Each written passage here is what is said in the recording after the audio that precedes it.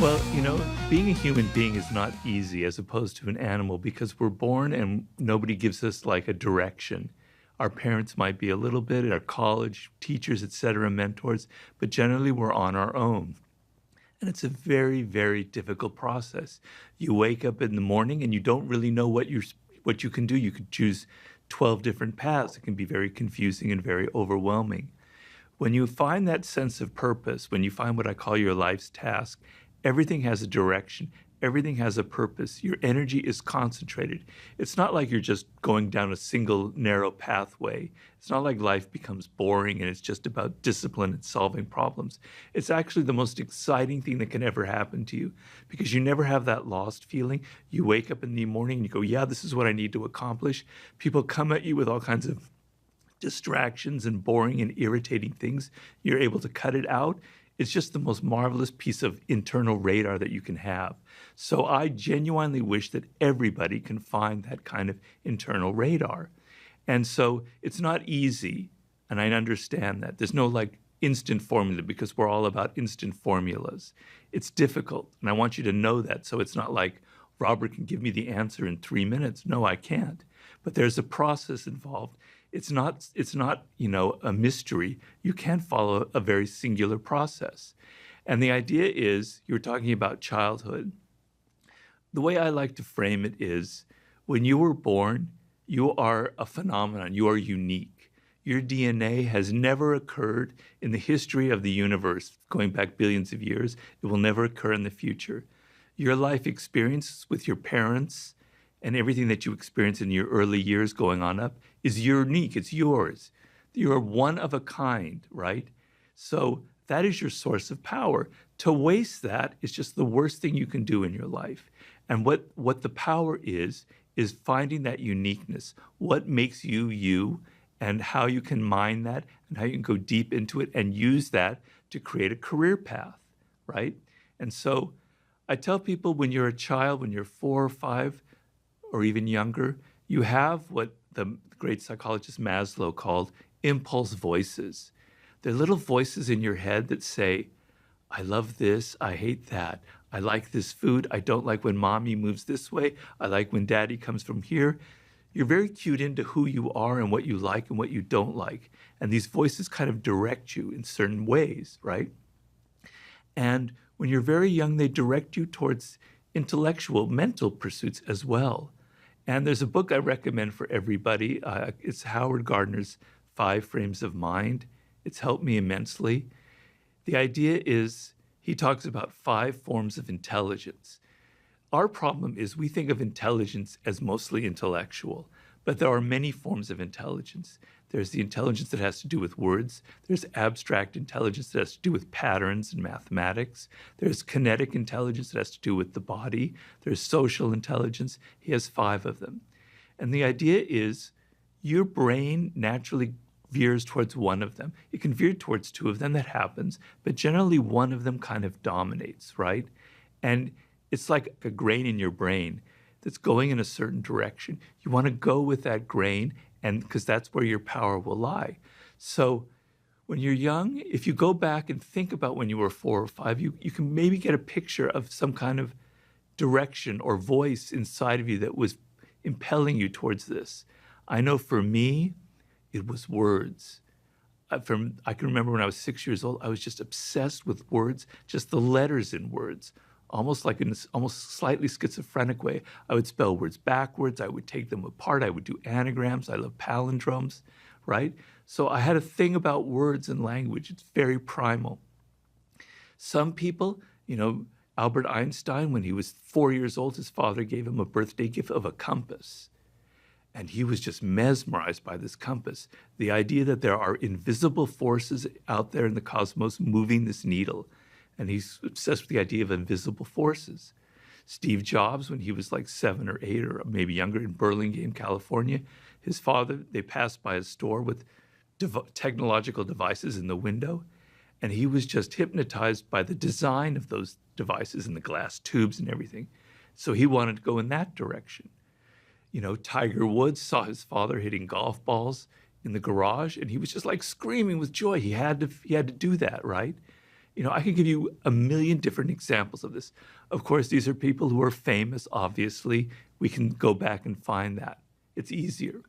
But what happens to you, and please cut me off if I'm going on too long No, here. please continue. Okay. Please. What happens to you is you're 7, now you're getting older, and you're starting to not hear that voice anymore. You're hearing the voice of your teachers telling you, you're not good at this field. You need to get better at math. You shouldn't be interested in these sports or anything. You should be going this way. Your parents are starting to tell you this is the career they want for you, or the direction they want you to go in, right? You start hearing that more than your own voice. And as you get older, it gets worse and worse and worse.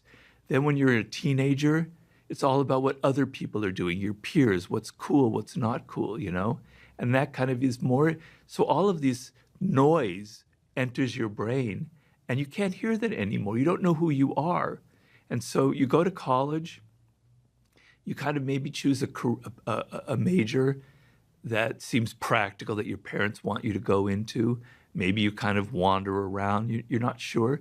And then you enter the work world without that inner radar that I'm talking about. And brother, you're lost, right? Where should I go? Well, I need to make money, right? And so you make a choice based on the need to make a lot of money. Not everyone, but some people do that. And I understand that need. We all need to make a living, but that can set you off on a very bad path because you're not connected emotionally. The thing is, when you figure out that primal inclination, that grain that's inside of you, then you have the energy to be disciplined, to go through boring tasks, to learn. You learn at a faster rate because you're emotionally engaged. When you're emotionally engaged in a subject, the brain learns 2x, 3x, 4x as fast as when you're not. I always give the example. In college, I studied foreign languages, which was kind of a passion of mine. For 3 or 4 years, I studied French, and then I went to Paris, and I couldn't speak a word. It was useless because it didn't teach me anything practical, right? I was totally confused. But I was in Paris, and I loved it, and I wanted to live there, right? And I had a girlfriend, and I needed to speak French to her. And I can tell you, in 1 month, I learned more than those 4 years of university because I wanted to, because I was engaged. My emotions were there. It was like I had to survive to learn French. So most of us, we don't have a need really to learn this subject. We're paying half attention. But when you find that thing that really connects to you, you're paying deep attention. Your emotions are engaged. You're learning at a much faster rate, okay? And so the thing is, how do you find that when you're older? When you're 21, I give people a lot of help, and it's usually not so difficult. We can go through that process. It gets harder when you're 30 and you've been wandering around, but it's not impossible. I didn't really find my exact path until I was 38, 39, to be honest. So there's hope. When you get 40 and you get 50, it gets more and more difficult, right? And it's very sad if you wasted that seed of uniqueness that I'm talking about. And I tell people there are ways of going back, and we go through a process like archaeology. We have to dig and dig and dig and find those bones from your childhood that indicated what you were meant to do. But when you find your life's task, everything opens up. It doesn't mean you figured out, okay, I've got to aim for this particular job when I'm 28. That's not how it works. It gives you a sense of direction. You can try different things. You can experiment. You can have fun when you're in your 20s. You're going to learn skills. But it gives you an overall framework instead of, whoa, all of this confusion, this chaos, social media, the internet, I could go here, here, here. You're lost at sea. It gives you a very important sense of direction, a compass.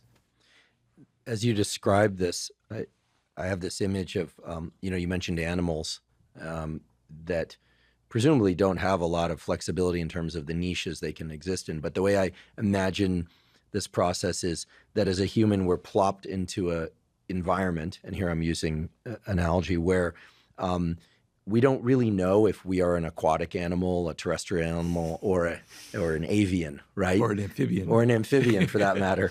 And to make the wrong choice, right? To be an amphibian who's trying to fly, although I'm sure they're out there in the animal kingdom, it's not just a waste of time, it's probably deadly. Yeah. And not to over dramatize the failure of finding one's purpose, but I see it that way. Whereas perhaps we could just say that the process of finding one's purpose is to realize like, I'm an amphibian. I can go in and out of water, whereas a bunch of other creatures around me stop at the water's edge. Right. Right. And this is really cool. And a bunch of these other things, like these flying things, that they can't actually even go in the water. Right. Some of them might, be on the surface or dive into it, but they can't do what I can do. So the process of self-discovery, it sounds like, is about restricting one's choices to a sort of wedge within the full landscape of options. And, for me, I can certainly recall, after reading Mastery, it helped me recall some early seed emotions that I experienced as a very distinct sensation in my body. Can you describe that? Yeah. Well, without making it too specific to my unique tastes, as a kid, I loved flora and fauna. I loved learning about biology. Sure. Yeah, no surprise there. But animals and how they move in particular, and fish, and going to a proper aquarium store for the first time for me, and going snorkeling for the first time was like, wow. And even as I describe it, it's almost like my body floats. I feel it in my left arm of all things. And it feels like there's something to do about it. It's not just that I'm in observation of things that delight me. Right. It's like there's an activation state created within me. Like, I got to do something with this. And typically it's tell everybody about it until they won't listen anymore. But oftentimes it's to also draw those things, to think about them, and I just delight in them. It's a constant source of delight. And so seeds such as those, and there are a few other things in that landscape of flora and fauna, and learning about animals and biology, including the human animal, and then organizing information feels so satisfying to me. It's like a drug that, and so it just feels like this, eternal spring of life, right? And so for me, that's what it was. And in 2015, when I was teaching that course, the course I loved, but I was feeling a little bit astray in my scientific career. And then I read Mastery, and I realized, yes, I love running a laboratory, I love teaching, but there's something else for me, and it has to do not with a podcast. I didn't even know what a podcast. I knew what a podcast was. I was listening to podcasts at that time, but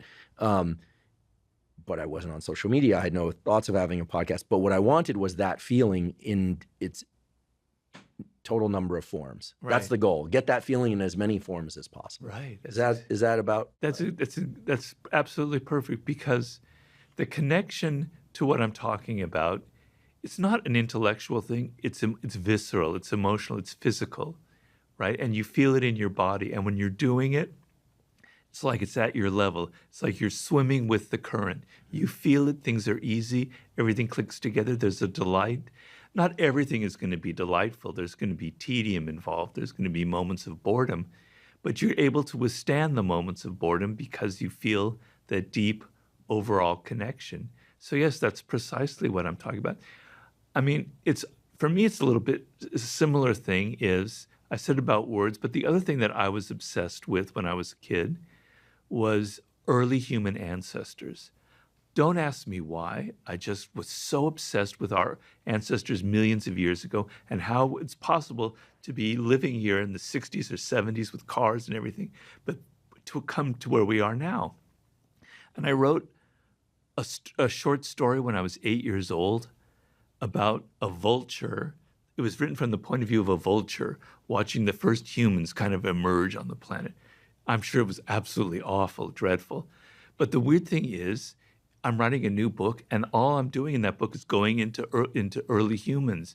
And I feel like a kid again. I'm so excited. I'm so happy. So I can very much relate to your story. You mentioned these 5 different forms of intelligence, or frames of mind, as you refer to them. And I'm certainly aware that I lean towards a more intellectual interest, although, as you pointed out, the excitement, the delight is visceral. Yeah. And the actions are actions. They're of the body, ultimately. Right. One has to draw, speak, write books, et cetera, to transmute that excitement into something real. For people that are not as intellectually tuned, but maybe are kinesthetically tuned, for instance, I can only wonder what that's like. I'm not completely uncoordinated, but I don't think I have a kinesthetic attunement or frame of mind. But I've, for instance, had a podcast listener mention that they think in feels, that they literally experience thought as sort of a patchwork of bodily sensations. Right. And that thought for them is not of the stuff from the neck up, but only from the neck down, which to me was really intriguing. And so I only raise this because there have to be as you point out, there's an infinite number of different sort of orientations based on our unique DNA and experience. But what do you think explains why these particular seeds, or as you point out, like the direction that the grain runs in the brain? I mean, it's partially going to be nature, it's going to be DNA, For sure. but we're talking about this as if there's some exciting or awe-inspiring or delightful thing that captures us.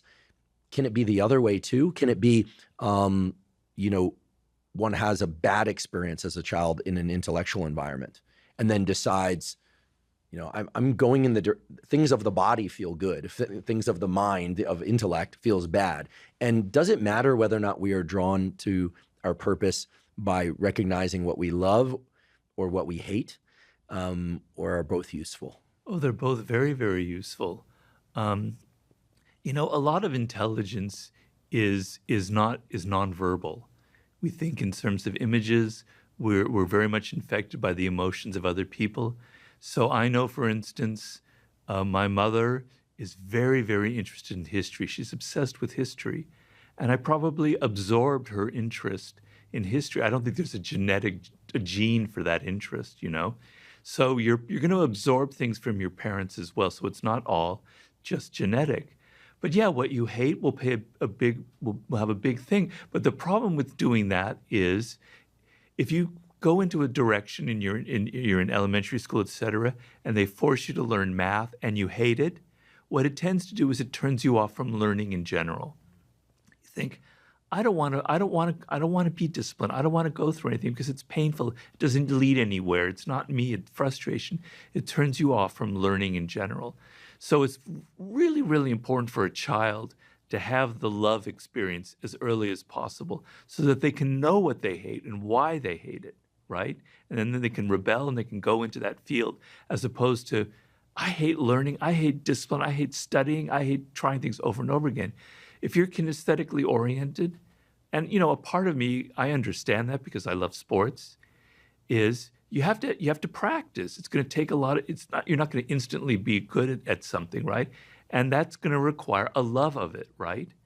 But if your math experience, because I hate learning shit, it's going to transfer to sports. You're going to hate discipline in general.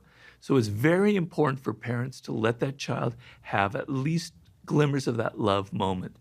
I know for me, when I finished college and I entered the work world, I had to get a job. I worked in journalism. I hated it. I hated working for other people. I hated office politics. I hated all the egos. I hated the smarminess. I hated the lack of quality. It was all just about, making money and getting things out there.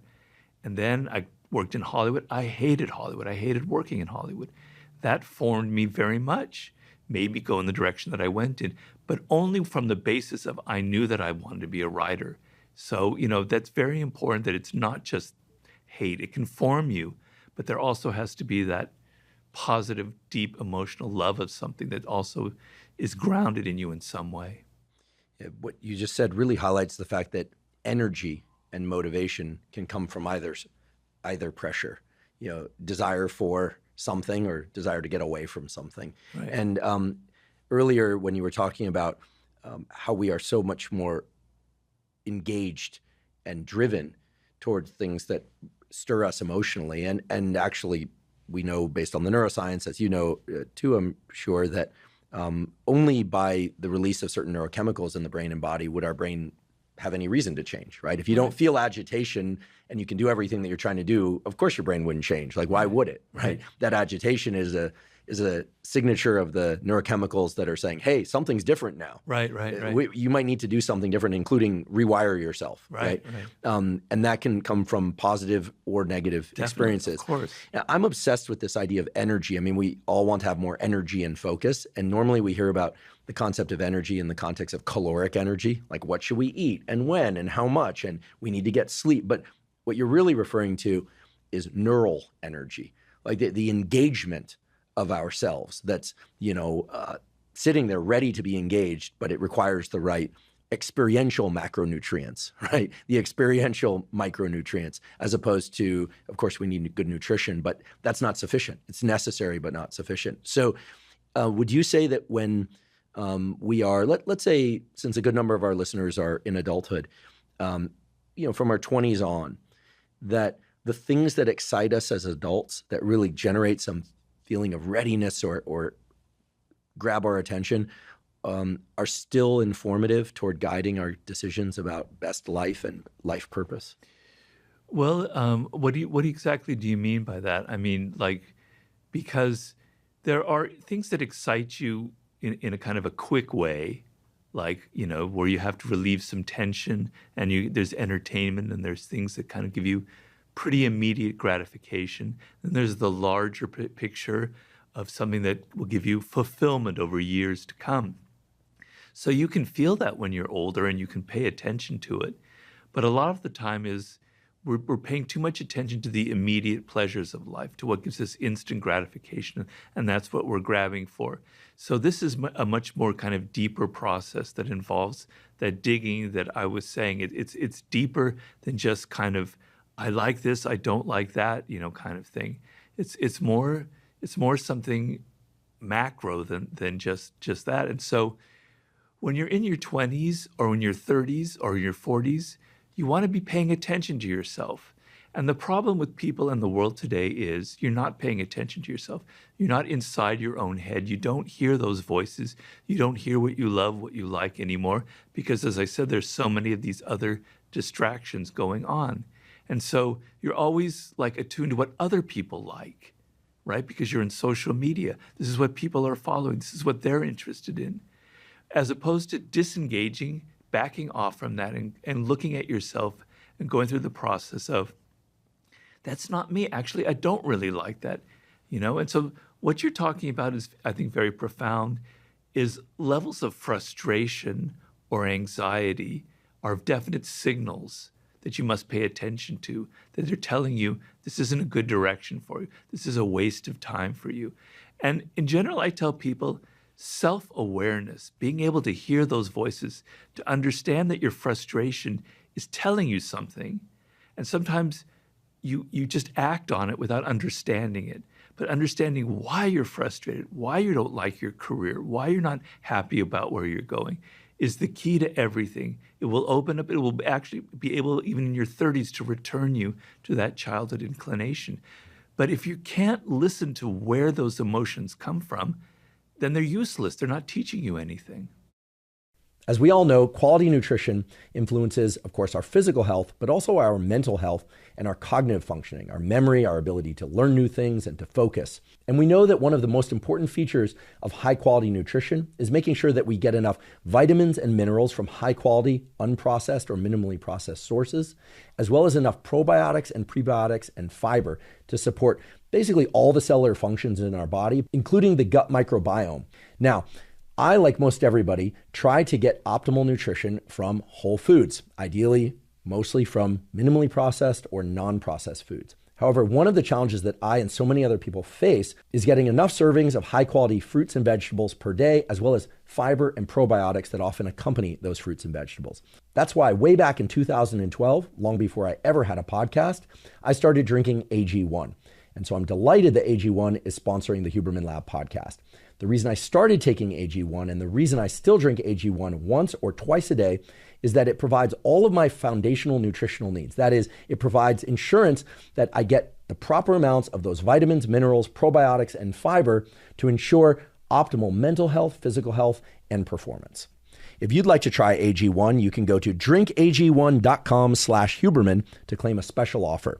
They're giving away 5 free travel packs plus a year's supply of vitamin D3K2. Again, that's drinkag1.com/Huberman to claim that special offer.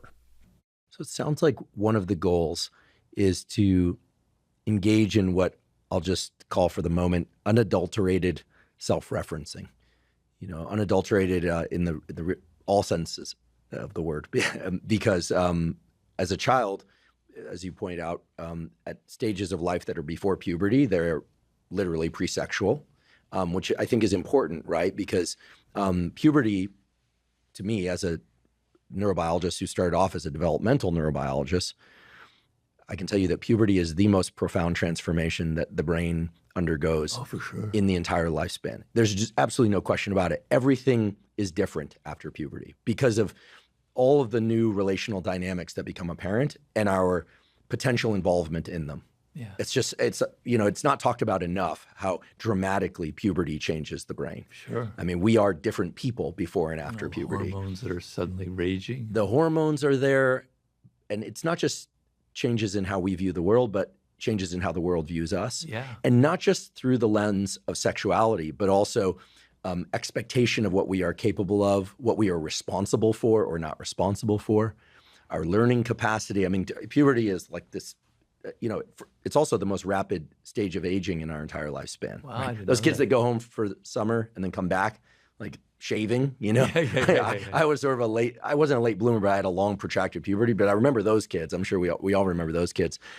Everything changes. And so I think prior to puberty, these seeds, as you've described them, of delight or of resistance to things, I think they are unadulterated. They're not contaminated Right. by the voices and expectations of others. And so I can see the challenge of reaching back to those as an adult. I wonder if this relates to something that I've heard you talk about before, although perhaps not as much as some of the other topics you've discussed publicly, which is the real versus the false sublime. Oh.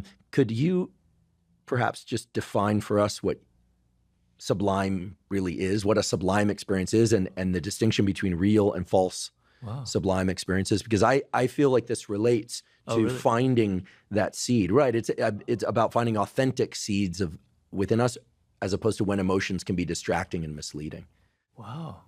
I never made that connection. And it's the book that I'm writing right now. So thank you for that. I'll have to think about that. I'm writing a book on the sublime. And I have several ways of kind of illustrating. I generally like to use a metaphor.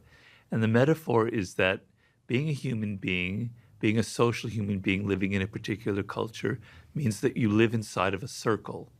And that circle of that time are the conventions of thinking, of ideas that are acceptable, of behavior that is acceptable. This is where you can go mentally, where you can go physically, all the codes and conventions. So that circle for ancient Egypt and for 21st century America, they're obviously very different, but it's the same circle. It's the same limiting factor. You're not supposed to go outside of it. These are thoughts, experiences, behavior you're not supposed to do. The sublime is what lies just outside that circle. The word sublime comes from on the threshold of. It's like, here's a door, and the sublime is literally at the threshold of the door. You're looking out into something else, right? And the quintessential sublime experience is a near-death experience. You're standing on the doorway, the threshold of death itself, right? And so in my book, I'm illustrating the different kinds of sublime experiences that you can have in relation to the cosmos, in the relation to thinking about being alive. Just being alive is the strangest sensation you could possibly have. I know that very personally after my stroke. I go into a chapter on childhood and how sublime your own childhood was. I go into animals, the relation to animals. I have a chapter about the brain, a chapter about love. I'm working right now on a chapter about history, okay? But what I'm trying to say is the human brain is wired for these experiences, is wired for transcendental experiences that take us out of the narrow little realm that we live in. Because we're aware of our death as the only animal truly conscious of its own mortality, and it frightens the hell out of us. And the idea that we can see something larger than just the banal parts of our life is a doorway that allows us to kind of transcend the moment, to feel connected to something larger, to feel connected to some power in the cosmos, to evolution itself, right? And so we're wired for that. And I'm writing a chapter now about 40,000 years ago, at the moment where I think the sublime was born, is a story that I'm trying to illustrate right now with our upper Paleolithic ancestors. So it's deep inside of us. We need it. We have to have it.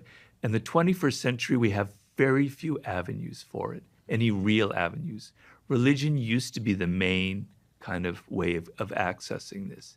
And so, because it's so deep, we reach for false forms of the sublime that give us the sense that we're transcending, but it's not at all, because sublime has to come from within. It's an experience that you have, that you're generating in your own mind, in your own experience. The false sublime comes from outside. It comes from drugs. It comes from alcohol. It comes from shopping. It comes from online rage. It comes from joining a cause and just getting out all your aggression and violence, right? It comes from causes. It comes from addictions, okay? It gives you a sense, it calms you down and makes you feel like there's something else going on in life besides your job that you're sick of. But it's not real, it's not lasting, it's false, it's an illusion, it's not based on anything real. It's not connecting to that deep part of human nature that's wired for these experiences. So what happens is you have to have more and more and more and more of it. You have to have, more of this rush. You need more of the drug, you need more of the alcohol, you need more of the sex, you need more of the porn. It's never going to satisfy you. But the real sublime, you don't have that feeling. It's like, it's transformative. Once you feel it, it lasts for you for the rest of your life. It's what Maslow, again, called a peak experience. So that's the difference between the false and the real sublime. I haven't quite connected it to what you were saying, but if I think about it, I think you're on something very interesting. I mean, maybe the connection I was trying to draw was doesn't hold, but yeah, for me, those early experiences of seeing things that just delighted me in a way that felt like that not only is the thought process was a long time ago when something like, oh my goodness, I can't believe this exists. This is so cool. This is the coolest thing. And so clearly create an activation state within me. But then there was also a thought and a feeling of, again, a lot of this is sort of pre-verbal. It's not truly pre-verbal. I could speak at that age, but it was, that's of me and I'm of it, right? There's a connection there. And then it was, there's something to do about this. The activation state created in the body was, I need to learn more about this. I need to tell people about this. I need to think about this. I need more examples of this and see whether or not they're all like this, et cetera, et cetera. So certainly it meets some of the criteria of a sublime experience. Definitely. And I knew, again, when I was in graduate school and again, when I was this young professor about to transition to tenure, that I knew it was going to do something different. It was as if I was on the threshold of something, but I didn't know what that next thing was. But I could trust it because of that early experience of knowing that's the thread. Like I'm an amphibian. This is my environment. Yeah. And you're an amphibian too, right? Yeah. And we're different amphibians, but we're going to be amphibians together. Right. And there's a permanence to it. It does seem to transcend time. I'm obsessed with time perception, so I have to be careful not to go off on a tangent about that. Too. But the human brain's ability to fine slice or macro slice time is incredible. And it's been said of not just addictions, but also interactions with toxic people that they murder time, that humans have I think it was Jung, I'll look it up, but one of the great psychologists said something to the extent that addictive behaviors, thought patterns, substances are humans' attempts to murder time so that they don't have to address their mortality. Yeah. And that's always made a lot of sense to me. Yeah, we say kill time is our expression. Kill time through passive engagement, but also kill time through trying to get overwhelmed or overtaken by an experience or a substance. As opposed to when you're truly connected, you have that sense of flow, and 3 hours can pass by and you're not even aware of it. So time is a totally subjective experience. It can be extremely slow and tedious and you feel very depressed, or it can pass by, but it passes by without you even noticing it, and it's a wondrous experience, When I'm deep in my writing, I'm not aware of the time passing. I'm so involved, I'm so immersed. It's a deeply, deeply pleasurable experience of time. It is sublime. And so I agree with you. I think your distinction is very interesting. I'm eagerly awaiting your next book, but we won't rush you. Well, I'm so immersed in it that I could talk for hours, because I also have a chapter in there about what I call the daemon, which is like that voice inside of you that speaks to you. And I'm writing a whole chapter about how sublime that is when you connect to that voice. So you are spot on. There is something very much connected to mastery in this book, but it's the next chapter that I'm writing. Fantastic. I can't wait. I can't wait. I'd like to shift slightly to a topic that you've written extensively about, which is power. And not just power, but also seduction, which you've written extensively about. And of course, you've written about finding one's purpose. So tell me if the framework that I've just given myself liberty to create is an accurate one. And if it's not, I'm hoping that it's not in perhaps some interesting ways. So to me, you talk about, and we will talk about, power as a resource. It's something that it's there as a resource. It could be used or not used. And I think of seduction as one form of exchange between an individual. So there's a verb associated with seduction. Power, I'm thinking of more as a noun in this context. You're the word guy. And then, purpose is really about finding like to what end or ends one is going to devote power, seduction, and the other forces that allow human beings to interact with each other in the world. But power as a resource that can be expressed in different ways and accessed in different ways. Maybe we could just explore that a little bit, because, when we hear the word power, I think a lot of people kind of brace themselves, like, here we go, someone's going to try and have power over me. This is about manipulation, and so on and so forth. But I learned pretty early on that every career endeavor, there are power dynamics. There's mentor-mentee. There are teachers and their students, and both have power.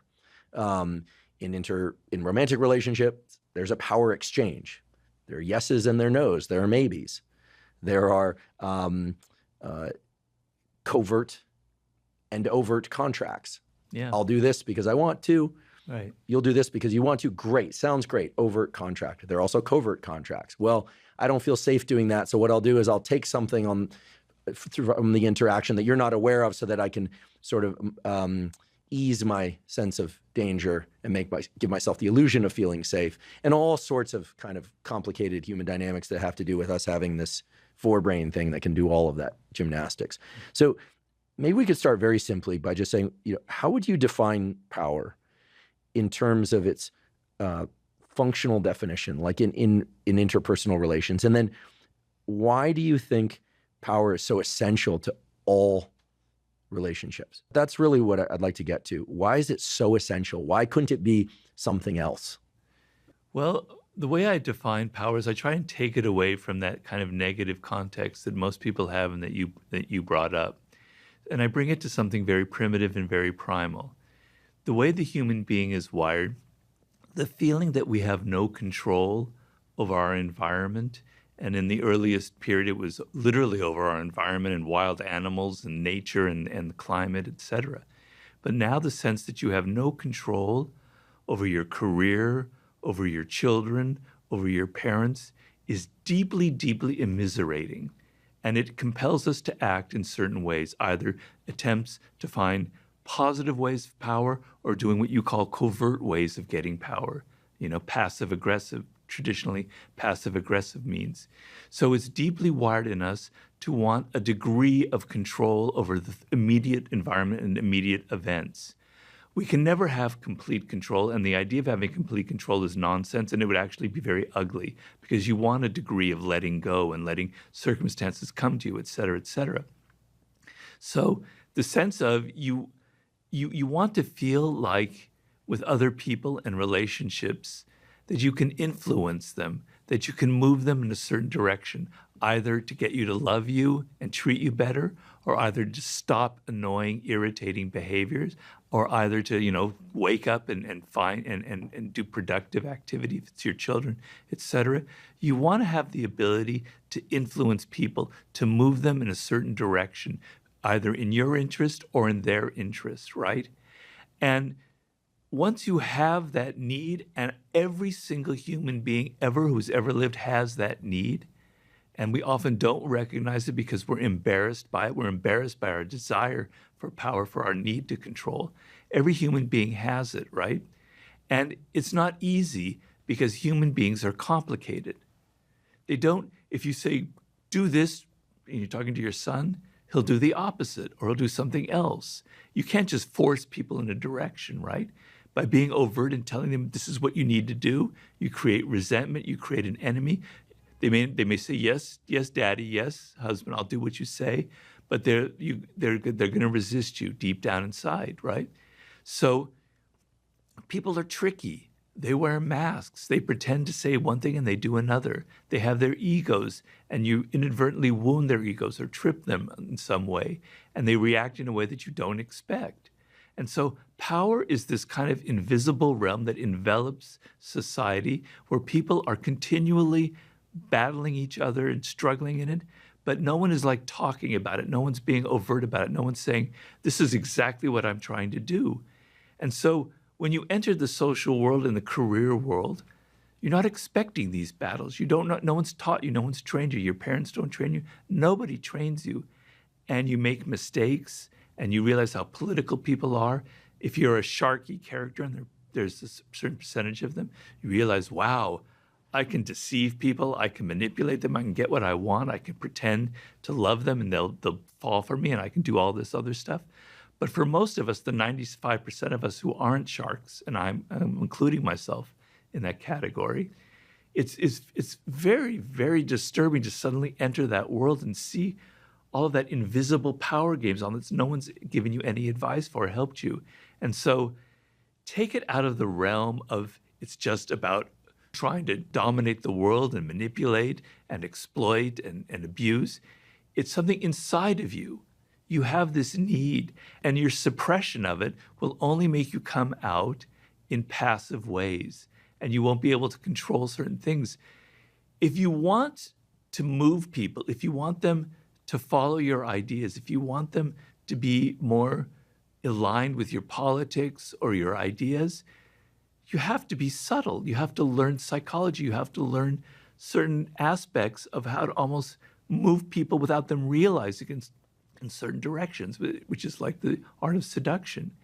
And if you're not interested in that, if you're just going to tell people what you think and what you're going to do, that means you're not interested in practical action. You're not interested in results. You're just interested in venting your own frustrations or your own anger.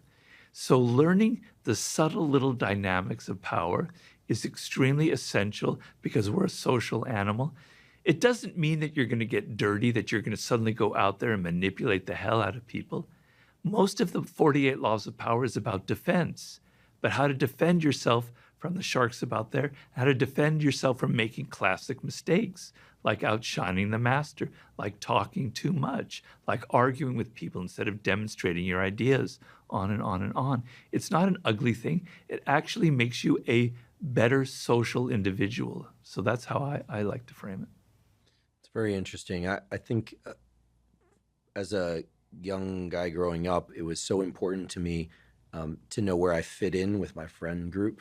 And I didn't think of it so much as a hierarchy, nor when I was in my academic studies did I think of it as a hierarchy, even though it clearly was, right?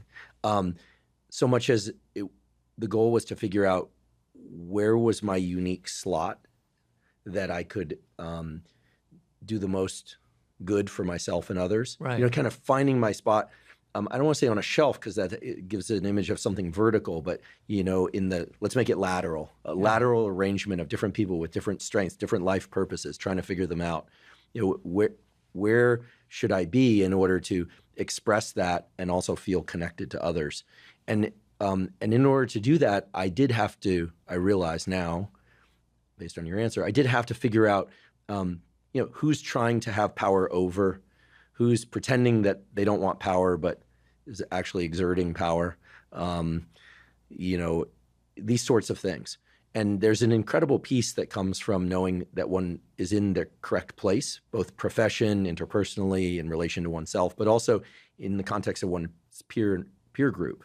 It's kind of knowing, yeah, this is where I belong. Because trying to gain power when one is trying to move to a position that isn't right for them or in a way that isn't right for them just seems so energetically costly. Yeah. Seems like a waste of a life, frankly. Right. You know, trying to gather resources simply to have them to give the illusion of power, but then being afraid of losing them just sounds like a recipe for misery, as you pointed Yeah, out. yeah, yeah. Whereas figuring out where am I most powerful in the benevolent sense of the word, that seems like a good pursuit. Well, it's connecting up to mastery again and finding your life's purpose. I knew when I was young that I couldn't exert physical power because I was a skinny little runt, and I wasn't bullied, but people would kind of pick on me, et cetera, et cetera. So I veered towards intellectual pursuits where I could have power. And in the end, you might have been a jock and you might have done well in high school, but haha, look at me now. I'm not saying that it's a beautiful thing, but that's part of human nature, the desire to actually, prove yourself and find that niche that you belong to, so you don't have that kind of that sense of inferiority, which Alfred Adler, the psychologist, describes very eloquently. So a lot of it is kind of compensating when you're a child for things that are your weaknesses and finding what you're so good at that you do have that power and people can't bully you, right? And you're like now a famous neuroscientist, whereas they're like, who knows what they're doing kind of thing. So power definitely is connected in some way to that inner sense of what you were meant to do. And you feel it with the ease and the connection that comes from it, right? So I can honestly say that my dislike of working for other people and office politics and egos, I now have an existence where I don't have to deal with any of that. And I'm so blessed, and I wake up every morning and I pray to God, thank God I found this, because it's the perfect lifestyle for me. Yeah, can be accurately described as an intellectual beast. So it's which is like a compliment, right? We hear the word beast and we think a ferocious beast trying to harm others. But I'm happy being a beast. Yeah, so I think finding where we can be a beast, and for some people that's painting or gardening or whatever it might be. I think is again ties back to these issues of or this quest for mastery. Seduction is also a very loaded word, right? It's even more uglier than power. Because seduction kind of drips with the idea that somebody is tricking someone else into doing something that they otherwise would not want to do. But seduction is both our propensity to do it and to have it done to us is hardwired into our nervous system and has a lot to do with the hypothalamus and a bunch of other areas that I won't bore us with the nomenclature.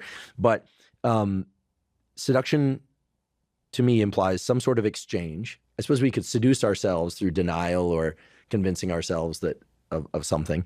But more often than not, when we talk about seduction, we're talking about an interaction between two or more people. So what are some of the core principles of seduction? And if you care to play anthropologist a bit and a neuroscientist, I would invite that. Why do you think we have neural circuits in our brain that allow us to seduce and be seduced? Well, I don't know how if I'm being kind of an armchair intellectual here, but my theory is some of it has to go back to social events long in our prehistory, which have to do with taboos. And society was initially kind of organized by a series of taboos, right? Most notably the taboo on incest. And what happened, this is just not my theory, it's the theory of the Malinowski is that I pronounce it, is that the moment a taboo enters the human brain, like you're not supposed to sleep with this woman, the desire arises inside of you to actually sleep with that woman. The sense of no, the sense that this is prohibited, stirs the desire, stirs the contrary impulses in humans. And we can be very, perverse creatures, right? So if you've ever tried to suppress a thought, you'll realize that it keeps coming up. It keeps coming up. You can't suppress it. Don't think of an elephant, Andrews. Whatever you do, don't think of an elephant. You're thinking of it because you can't help it, right? The idea that you're not supposed to desire this person stirs that actual desire. So I believe the sense of something being taboo and transgressive is the ultimate kind of origin of our desire for seduction. But seduction involves vulnerability. It involves somebody gets inside, somebody gets under our skin, right? And to do that, we have to let them in. So the person being seduced is in some ways, to a degree, complicit. Because if you just put up a wall and you said, no, I'm not going to be seduced, nothing will happen. But you have a vulnerability. You're letting that person into your psyche, into your inner space. The paradigm for that is early childhood.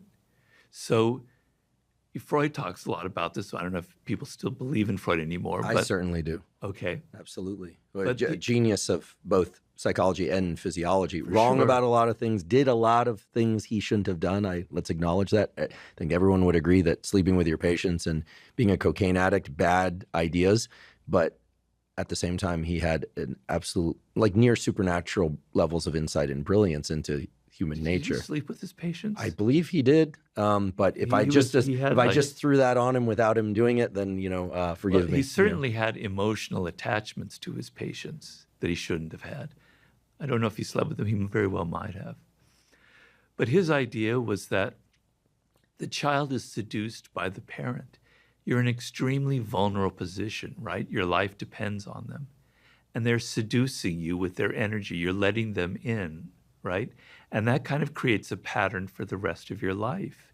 And so, for instance, the feeling of being carried by your father and just being taken around physically is a form of seduction because you don't know what he's going to do to you. You're very excited. You want that surprise, right? And to me, it's related to the seduction of a story. Stories are very seducing to us. We don't know where they're taking us. We don't know what the next chapter is, what's going to happen to this character or not. The surprise lowers our resistance and opens our mind up to what's going to happen next, is a form of seduction.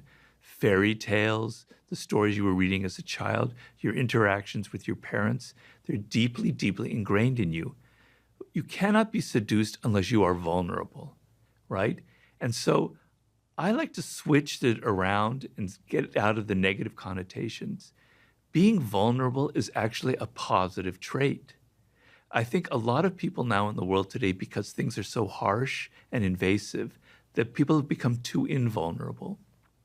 They don't want to let anything in, right? And this now infects their relationships with other people. They don't want to be influenced. They want to be strong inside of themselves. They're afraid of giving in to the other person, of surrendering to their influence. But it's actually a delightful feeling to surrender to the power of another person and then reverse that charge and have them surrender to your power. So when I'm reading a writer, and sometimes they completely seduce me, like Friedrich Nietzsche is one of my favorite writers. I let go of everything. I let him enter my brain, and I'm completely seduced. I let him lead me along. But then I encounter writers that I don't like at all. I'll mention one, it's probably not a good thing, but Steven Pinker. I don't like Steven Pinker. I find him really annoying, okay? But I forced myself to try and find a way to be seduced by him, to let him into my brain, to see where he's coming from, to open myself to the possibility that he could be correct. So vulnerability, letting people into your mental space, is a form of intelligence. It's a kind of an emotional and an intellectual intelligence. And forgive me for interrupting, but I think it also implies a level of confidence, because empathy, or allowing oneself to be vulnerable to the point where you're seduced by something, by definition, if you're choosing to do it, implies that you also have the confidence that you can get back to yourself afterward. Of course. Right? That you're not going to get lost in the circumstances. That you're not going to be hijacked to the point of no return. Right. Or in some way that's detrimental to you. That's right. So it's I'm sounding really nerdy here. It's collinear with confidence in many ways. Sure, like take my mind and take it where you will, because I know I can come back at any time. Right, right. And the same thing in a physical seduction, in a romantic sense, right? You're opening yourself up to the charm, to the energy of the other person. But if they start displaying dark energy and you see that they're abusive or something is wrong, you have the ability to retreat. Well, there it gets tricky. It gets very tricky. Well, because the attachment systems, which are also rooted in childhood, oftentimes can overwhelm one's ability to recover oneself. How many? If I had $1 for every time someone that I knew in my life saying like, I know they're bad for me, but I just can't, like, just can't seem to disengage. Like that, you hear about that all the time. I mean, you see court cases about this that are public, and you just go, why didn't they just walk away from one another? Of Well, course. because once those attachment systems are locked in, Yeah. it almost becomes, and here metaphorically speaking, like a parent-child relationship. Like you can't suddenly decide your parents weren't your parents Right. simply because you know better now. Right? You are Right. forever stricken with the reality that they were and they Right. had an influence. And I think that attachment system is a force that tugs pretty hard. Yeah, and a lot of women have written to me since The Art of Seduction, sort of saying that their boyfriend or husband was applying some of these tactics on them, and it was very painful, and they were kind of a little bit angry at me for it. But then they kind of realized that they didn't learn it really from my book. It was already kind of wired in them. But that reading about these tactics and these strategies actually helped them to recognize what their husband or boyfriend was doing to them, the manipulation and the games that were being played. Do men write to you and talk about the seductive adornments that women have used to bring them into relationship as well, or are you typically hearing from women? I mostly hear from women complaining about men and how they've abused them and how they used I see. some of the strategies. I don't deny have a slightly nefarious edge to them, because I didn't want to write a book about seduction that doesn't have that taboo element, because I say seduction involves the taboo, and I didn't want to censor myself. But female to male seduction clearly also exists. Very much It's so. less often. I acknowledge that it's less often is it physically abusive, but right. I mean, from an early age, both boys and girls, men and women, are coached by society on the sorts of seductive tactics and adornments, right? I mean, everything from makeup, perfume, hairstyles, cars, watches, jewelry, expression, power displays of any kind. I mean, that stuff, the world's filled with that stuff. Yeah, but men are generally kind of happy when a woman seduces them, right? Unless they're after their money or something like that, which happens. But generally the sense, I talk about this in the first chapter about sirens, which I say is the quintessential archetype of the female seductress, the kind of half human, half bird creature on a rock singing so beautifully that you have to jump in the water and then they kill you. And so the idea is that men want to let go because men have to be so in control, so powerful. They have to project this image. They have a secret desire to let go and be almost dominated by a very powerful woman. A lot of men have that. And I talk about some of the most powerful men in history: Julius Caesar, Mark Antony, Joe DiMaggio, all these men, very masculine men who've fallen for very feminine, siren-like women and been completely dominated by them. And they actually kind of enjoy the process because it's like a sense of, I can let go. I can enter this totally sensual physical world, and it's extremely pleasing. It's like another realm outside of my kind of cold, masculine world, So I don't really get men complaining too much about women who've seduced them, honestly. It's usually the other way around.